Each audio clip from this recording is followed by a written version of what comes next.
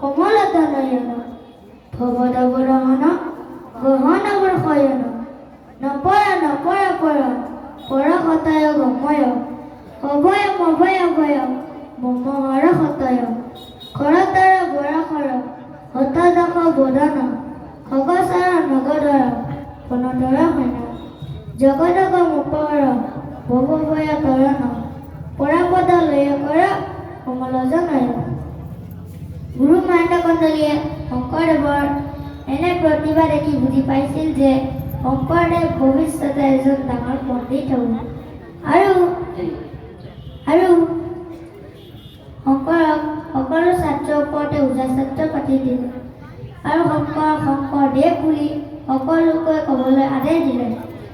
আন এদিনৰ কথা, এদিন বৰ আচৰিত ঘটনা ঘটিল। শংকৰদেৱে পঢ়ি থাকোঁতে এদিন বৰ আচৰিত ঘটনা ঘটিল। সকলো ছাত্ৰ পঢ়া শুনা শেষ কৰি সকলো ছাত্ৰ ঘৰা ঘৰি গ'ল, কিন্তু কিবা কাৰণত শংকৰদেৱে ঘৰ নগৈ বিদ্যালয়তে শুই থাকিল। শংকৰদেৱৰ শৰীৰত ৰ'দ পৰা ঠাইত এটা প্ৰকাণ্ড ফেটিয়া পেটাই ছাঁ দি আছে। গুৰু মহেন্দ্ৰ কন্দলীক অহা দেখি সাপটো তাৰ পৰা গুচি গ'ল। সেয়া দেখি গুৰু মহেন্দ্ৰ কন্দলী বৰ আচৰিত হ'ল আৰু শংকৰদেৱক মহাপুৰুষ বুলি সকলোকৈ ক'বলৈ ধৰিলে। শংকৰদেৱে পঢ়াৰ কালতে হৰিচন্দ্ৰ কাব্যকৰ ৰচনা কৰিছিল। শংকৰদেৱে পঢ়া শুনা শেষ কৰি ঘৰলৈ ঘূৰি অহাৰ পিছত শংকৰদেৱৰ ওপৰত সংসাৰৰ দায়িত্ব পৰে।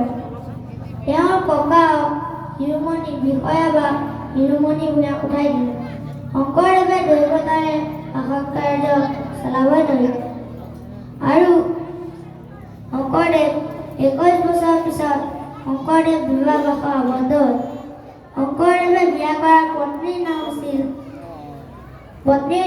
সূৰ্যৱতী। সূৰ্যৱতী গৰ্ভত মুনু নামৰ এক কন্যা সন্তান জন্ম হয়। কিন্তু দুখৰ কথা এই যে মুনু নামৰ 9 মাহ হওঁতে সূৰ্যৱতীৰ মৃত্যু হয়।